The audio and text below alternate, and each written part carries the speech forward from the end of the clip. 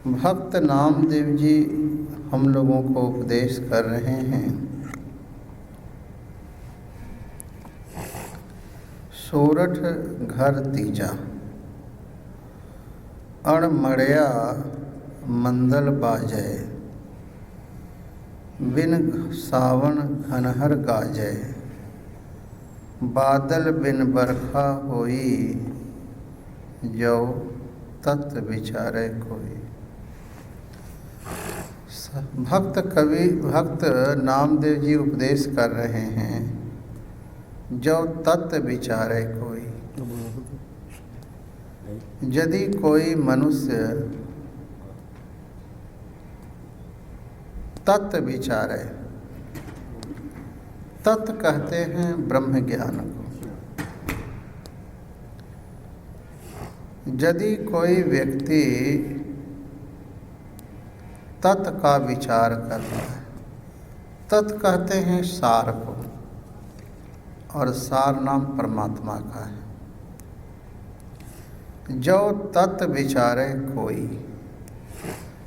यदि कोई इंसान गुरु के चरणों में बैठकर सेवा करके तत्व का विचार करता है, गुरु के उपदेश का विचार करता है।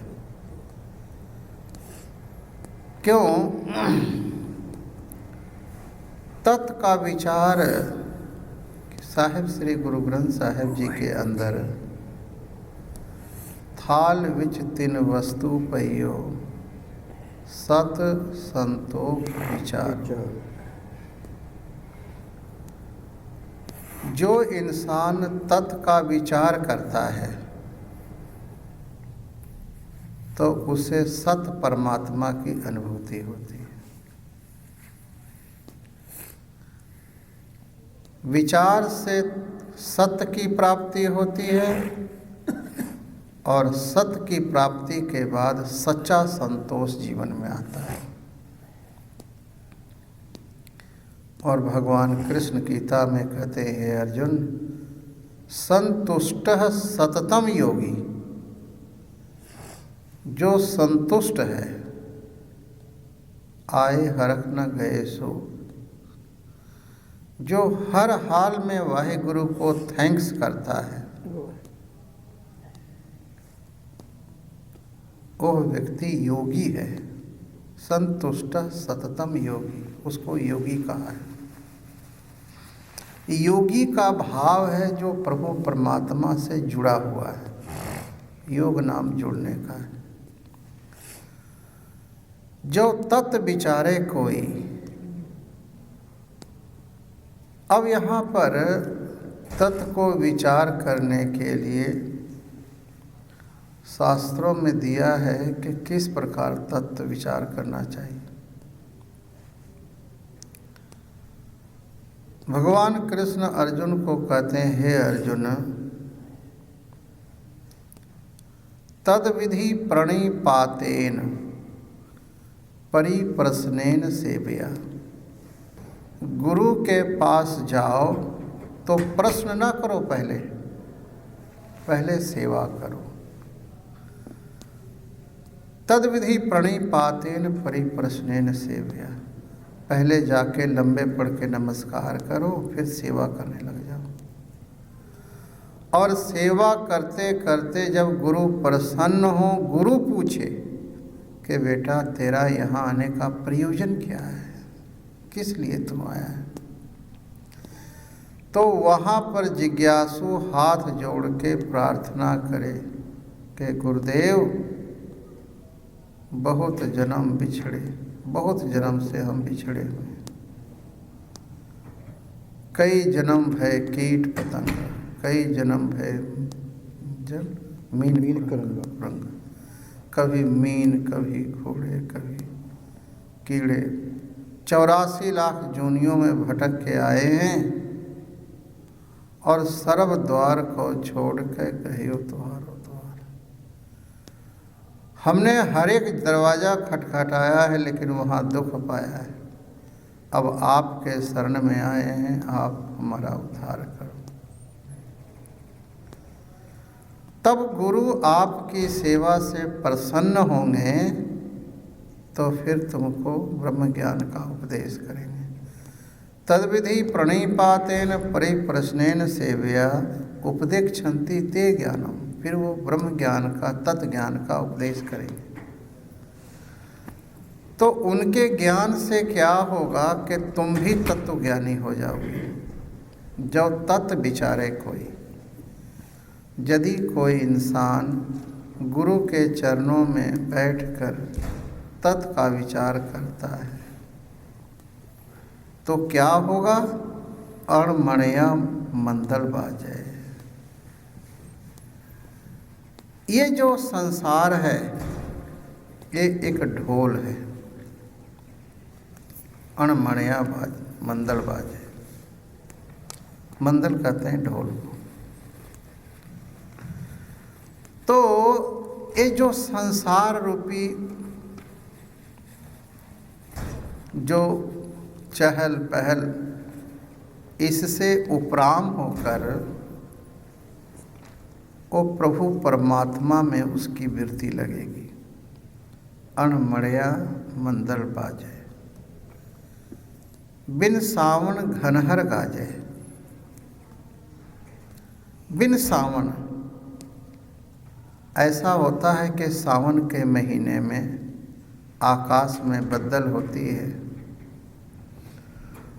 और घनहर, एक तो बिजली चमकता है, आवाज़ होती है बहुत, और घनहर, घन कहते हैं बदल धीरे धीरे बरसती है सावन के महीने।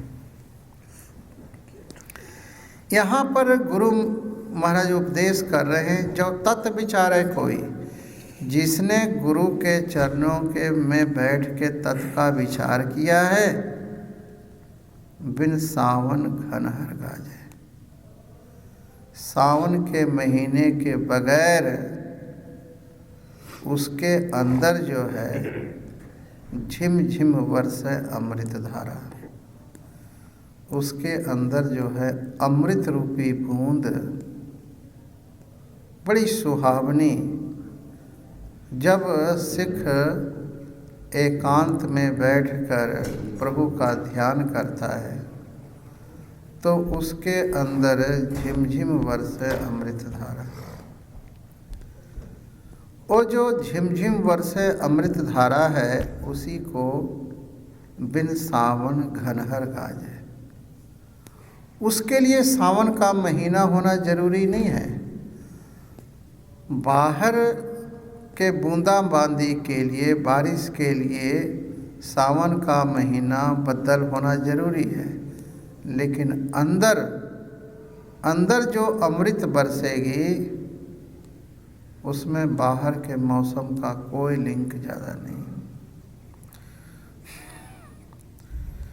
बिन सावन घनहर गाजे, बादल बिन बरखा होई। और बदल के बगैर अर्थात संसार के जो पदार्थ हैं उसके बगैर ही जो है सो उसको एक आनंद की अनुभूति होती है। आप देखना, जो संत पुरुष फकीर लोग हैं, सांसारिक चीज़ें उनके पास बहुत नहीं होती, लेकिन उनका आनंद, उनकी खुशी को राजा लोग भी नहीं प्राप्त कर सकते। कोई महापुरुष शायर कहता है, या कोई दीवाना हंसे या जिसे तू तौफीक दे, वरना इस जहां में रहकर मुस्कुरा सकता है कौन। सच्चाई तो ये है कि या तो कोई दीवाना मस्ताना हो प्रभु का, परमात्मा का, वो प्रसन्न रहता है, या कोई दीवाना हंसे, या जिसे तू तौफीक दे हे वाहिगुरु, या जिसके ऊपर आपकी कृपा रूपी हाथ होवे। ये दो व्यक्ति या कोई दीवाना हंसे या जिसे तू तौफीक दे, वरना इस जहां में रहकर मुस्कुरा सकता है। इस संसार में तो दुख ही दुख है, कलेश ही कलेश है। जिधर ही देखो सुबह से शाम तक दुख के लिस्ट सबके पास। इसलिए प्रभु की भक्ति और गुरु की कृपा, यही हमें जीवन को संवारता है। बादल बिन बरखा होई, जो तत विचारे कोई। यदि कोई इंसान गुरु के चरणों में बैठकर सेवा करके हुक्म की पालना करके तत् का विचार करता है, तो अणमड़या मंदल बाजे, बिन सावन घनहर गाजे, और बादल बिन बरखा होई।